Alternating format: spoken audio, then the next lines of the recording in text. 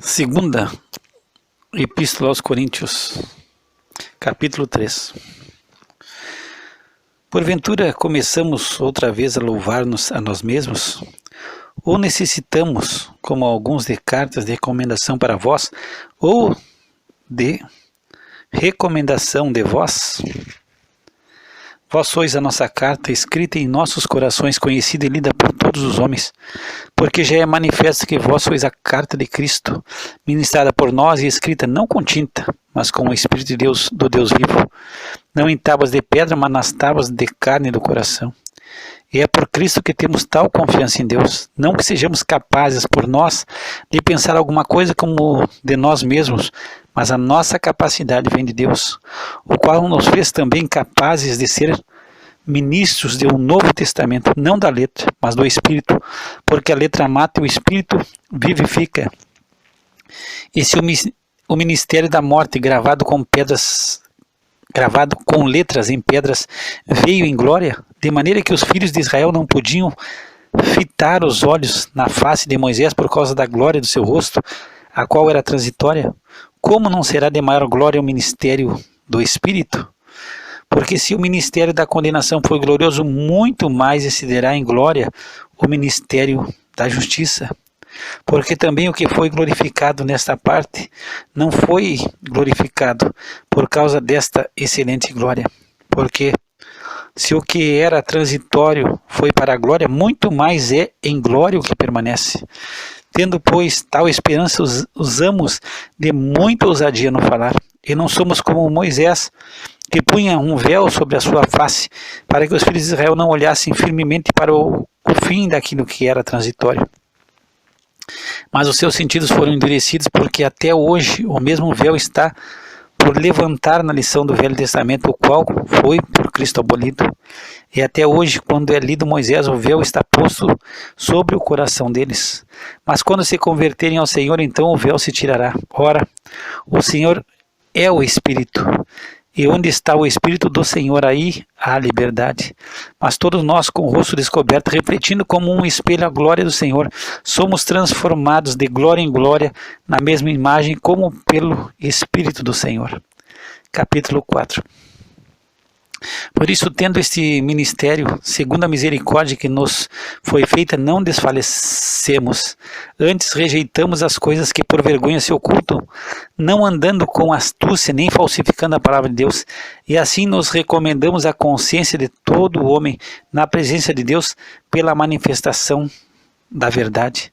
Mas se ainda o nosso evangelho está encoberto, para os que se perdem, está encoberto, nos quais o Deus desse século cegou os entendimentos dos incrédulos, para que lhes não resplandeça a luz do Evangelho da glória de Cristo, que é a imagem de Deus. Porque não nos pregamos a nós mesmos, mas a Cristo Jesus, o Senhor, e nós mesmos somos vossos servos por amor de Jesus. Porque Deus, que disse que das trevas resplandecesse a luz, é quem resplandeceu em nossos corações, para a iluminação do conhecimento da glória de Deus na face de Jesus Cristo. Temos, porém, esse tesouro em vasos de barro, para que a excelência do poder seja de Deus e não de nós. Em tudo somos atribulados, mas não angustiados, perplexos, mas não desanimados, perseguidos, mas não desamparados, abatidos, mas não destruídos, trazendo sempre por toda a parte a mortificação do Senhor Jesus no corpo, para que a vida de Jesus se manifeste também no nosso corpo. E assim nós, que vivemos, estamos sempre entregues à morte por amor de Jesus, para que a vida de Jesus se manifeste também na nossa carne mortal, de maneira que em nós opera a morte, mas em vós a vida. E temos, portanto, o mesmo espírito de fé, como está escrito: cri, por isso falei. Nós cremos também, por isso também falamos, sabendo que o que ressuscitou o Senhor Jesus nos ressuscitará também por Jesus, e nos apresentará convosco. Porque tudo isto é por amor de vós, para que a graça, multiplicada por meio de muitos, faça abundar a ação de graças para a glória de Deus.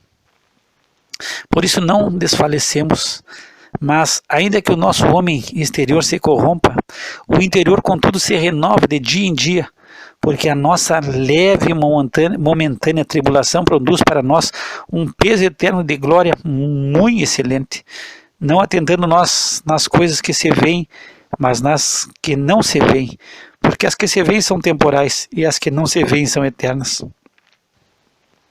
Capítulo 5.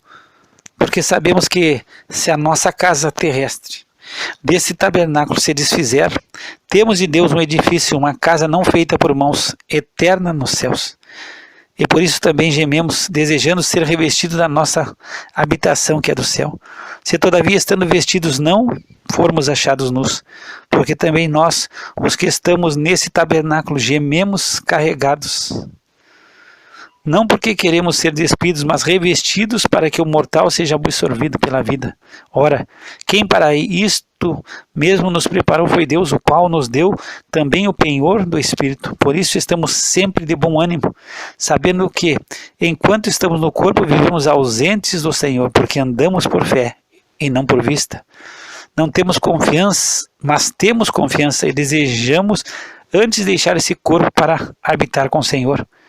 Pois que muito desejamos também ser-lhe agradáveis, quer presentes, quer ausentes, porque todos devemos comparecer ante o tribunal de Cristo, para que cada um receba segundo o que tiver feito por meio do corpo, ou bem ou mal. Assim que, sabendo o temor que se deve ao Senhor, persuadimos os homens à fé, mas somos manifestos a Deus, e espero que nas vossas consciências sejamos também manifestos. Porque não nos recomendamos outra vez a vós, mas damos-vos ocasião para vos gloriardes de nós, para que tenhais que responder aos que se gloriam na aparência e não no coração. Porque se enlouquecemos é para Deus, e se conservamos o juízo é para vós, porque o amor de Cristo nos constrange julgando nós assim, que se um morreu por todos, logo todos morreram. E ele morreu por todos para que os que vivem não vivam mais para si, mas para aquele que por eles morreu e ressuscitou. Assim, que daqui por diante, a ninguém conhecemos segundo a carne, e ainda que também tenhamos conhecido Cristo segundo a carne. Contudo, agora já não o conhecemos deste modo. Assim que se alguém está em Cristo, nova criatura é, as coisas velhas já passaram, eis que tudo se fez novo. E tudo isso provém de Deus, que nos reconciliou consigo mesmo por Jesus Cristo e nos deu o ministério da reconciliação. Isto é, Deus estava em Cristo reconciliando consigo o mundo, não lhes imputando seus pecados, e pôs em nós a palavra da reconciliação. De sorte que somos embaixadores da parte de Cristo, como se Deus por nós rogasse. Rogamo-vos, pois, da parte de Cristo, que vos reconcilieis com Deus. Aquele que não conheceu o pecado, o fez pecado por nós, para que nele fôssemos feitos justiças de Deus. Capítulo 6. E nós, cooperando também com ele, vos exortamos a que não recebais a graça de Deus em vão, porque diz, ouvite em tempo aceitável, e socorrite no dia da salvação. Eis aqui agora o tempo aceitável, eis aqui agora o dia da salvação, não dando nós escândalo em coisa alguma, para que o nosso ministério não seja censurado. Antes, como ministros de Deus, tornando-nos recomendáveis em tudo, na muita paciência, nas aflições, nas necessidades, nas angústias, nos açoites, nas prisões, nos tumultos, nos trabalhos, nas vigílias, nos jejuns, na pureza, no conhecimento, na longanimidade, na benignidade, no Espírito Santo, no amor não fingido, na palavra da verdade, no poder de Deus, pelas armas da justiça, à direita e à esquerda, por honra e por desonra, por infâmia ou por boa fama, como enganadores e sendo verdadeiros, como desconhecidos, mas sendo bem conhecidos, como morrendo, e eis que vivemos como castigados e não mortos, como contristados, mas sempre alegres, como pobres, mas enriquecendo a muitos, como nada tendo e possuindo tudo.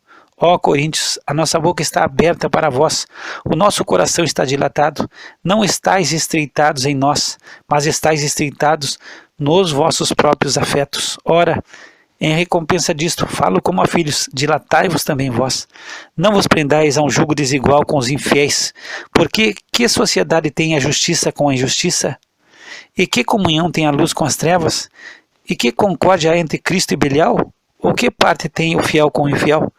E que consenso tem o templo de Deus com os ídolos? Porque vós sois o templo de Deus vivente. Como Deus disse, neles habitarei, e entre eles andarei, e eu serei o seu Deus, e eles serão o meu povo. Por isso saí do meio deles, e apartai-vos, diz o Senhor, e não toqueis nada imundo, e eu vos receberei. E eu serei para vós pai, e vós sereis para mim filhos e filhas, diz o Senhor Todo-Poderoso. Capítulo 7. Ora, amados, pois que temos tais promessas, purifiquemo-nos de toda a imundícia da carne e do espírito, aperfeiçoando a santificação no temor de Deus. Recebei-nos em vossos corações, a ninguém agravamos, a ninguém corrompemos, de ninguém buscamos o nosso proveito. Não digo isso para a vossa condenação, pois já antes tinha dito que estáis em nossos corações para juntamente morrer e viver. Grande é a ousadia da minha fala para convosco, e grande é a minha glória a respeito de vós. Estou cheio de consolação, transbordo de gozo em todas as nossas tribulações. Porque mesmo quando chegamos à Macedônia, a nossa carne não teve repouso algum. Antes em tudo fomos atribulados, por fora combates, temores por dentro. Mas Deus, que consola os abatidos, nos consolou com a vinda de Tito. E não somente com a sua vinda, mas também pela consolação com que foi consolado por vós, contando-nos as vossas saudades, o vosso choro, o vosso zelo por mim, de maneira que muito me regozijei. Porquanto, ainda que vos contristei com a minha carta, não me arrependo, embora já me tivesse arrependido por ver que aquela carta vos contristou, ainda que por pouco tempo. Agora folgo, não porque fosses contristados, mas porque fosses contristados para arrependimento, pois fosses contristados segundo Deus, de maneira que por nós não padecesses dano em coisa alguma, porque a tristeza segundo Deus opera arrependimento para a salvação, da qual ninguém se arrepende, mas a tristeza do mundo opera a morte. Porque quanto cuidado não produziu isto mesmo em vós, que segundo Deus fosse contristados? Que apologia, que indignação, que temor, que saudades, que zelo, que vingança! Em tudo mostrastes estar puros nesse negócio. Portanto, ainda que vos escrevi, não foi por causa do que fez o agravo, nem por causa do que sofreu o agravo, mas para que o vosso grande cuidado por nós fosse manifesto diante de Deus. Por isso fomos consolados pela vossa consolação, e muito mais nos alegramos pela alegria de Tito, porque o seu espírito foi recriado por vós todos. Porque se em alguma coisa me gloriei de vós para com ele, não fiquei envergonhado, mas como vos dissemos tudo com verdade, também a nossa glória para com Tito se achou verdadeira, e o seu entranhável afeto para convosco é mais abundante, lembrando-se da obediência de vós todos, e de como recebestes com temor e tremor. Regozijo-me de em tudo poder confiar em vós. Capítulo 8.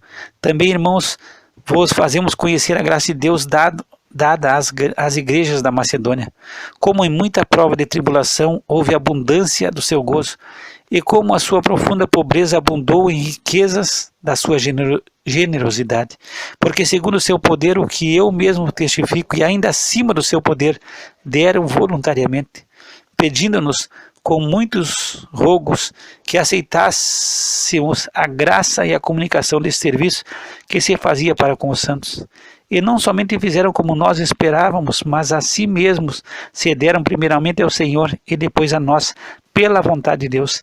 De maneira que exortamos a Tito que, assim como antes tinha começado, assim também acabasse essa graça entre vós. Portanto, assim como em tudo abundais em fé, e em palavra, e em conhecimento, e em toda a diligência, e em vosso amor para conosco, assim também abundeis nesta graça. Não digo isso como quem manda, mas para provar pela diligência dos outros a sinceridade de vosso amor.